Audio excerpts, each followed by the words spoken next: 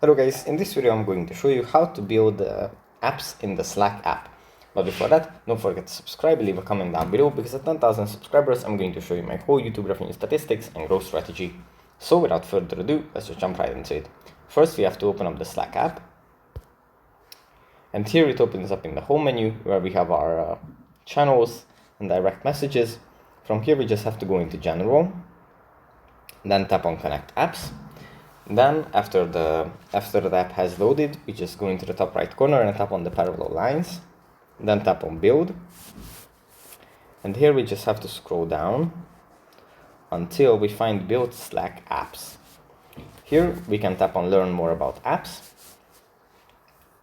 And here we get a description and some steps on how to build Slack apps.